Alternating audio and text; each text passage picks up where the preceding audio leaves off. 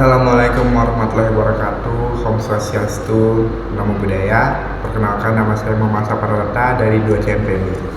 Di sini saya akan menjelaskan bagaimana cara menyelesaikan masalah kualitas produk dalam kasus perusahaan pabrik kertas.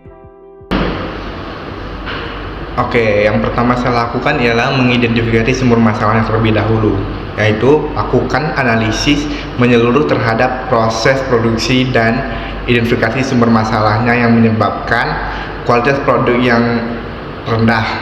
Itu ada beberapa faktor. Faktor pertama meliputi bahan baku, proses produksi, peralatan, teknik, dan keterampilan tenaga kerja. Yang kedua, saya melakukan tinjauan proses produksi, maksudnya itu mengevaluasi proses produksi saat ini dan identifikasi area yang rentan terhadap kesalahan atau cacat.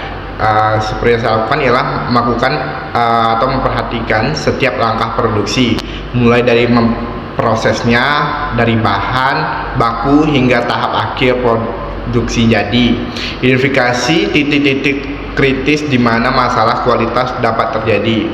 Yang ketiga, saya melakukan tingkat pengendalian kualitas produk, yaitu memperkuat sistem pengendalian kualitas dengan mengadopsi metode seperti Six Sigma atau Total Quality Management, dalam singkatannya itu TQM.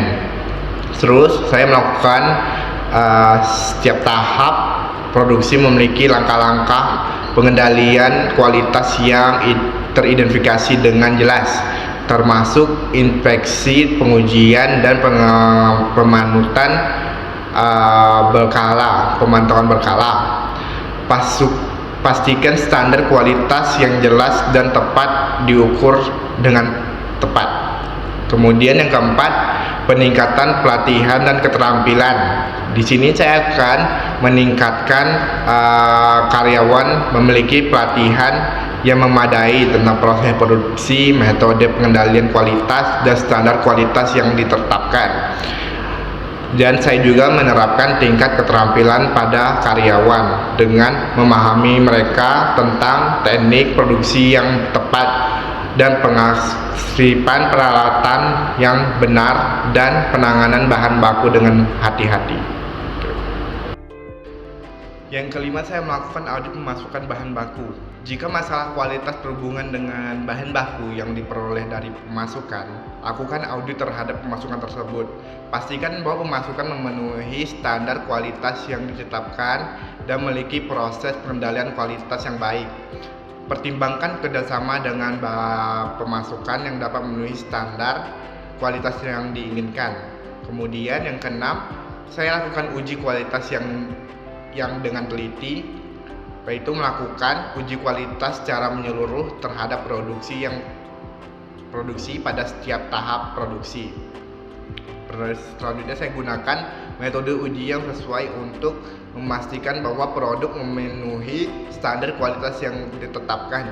Jika diperlukan, bekerja sama dengan laboratorium eksternal untuk menguji kualitas produk secara independen. Yang ketujuh, saya melakukan perbaikan berkelanjutan. Maksudnya saya melakukan tahap siklus perbaikan berkelanjutan dengan melakukan evaluasi berkala terhadap proses produksi dengan hasil pengendalian kualitas. Maksudnya dari yang saya sebutkan tadi itu saya akan melakukan proses ulang evaluasi secara berskala. Hal ini saya lakukan agar dapat umpan balik dari pelanggan dan pelibatan karyawan untuk mengidentifikasi area perbaikan potensi yang menerapkan identikan perbaikan yang relevan. Dan yang terakhir, jaga komunikasi dengan pelanggan, yaitu saya tetapkan berkomunikasi dengan pelanggan untuk memenuhi kebutuhan dan harapan mereka terhadap kualitas produk. Hal ini juga dapat memicu atau menarik para pelanggan agar tetap mau mengonsumsi produk pabrik kertas di tempat itu. Selanjutnya dapat umpan balik pelanggan secara teratur dan gunakan informasi tersebut untuk meningkatkan kualitas produk dan menarik para pelanggan tersebut. itulah dari beberapa identifikasi masalah yang saya dapat sampaikan untuk masalah pabrik kertas.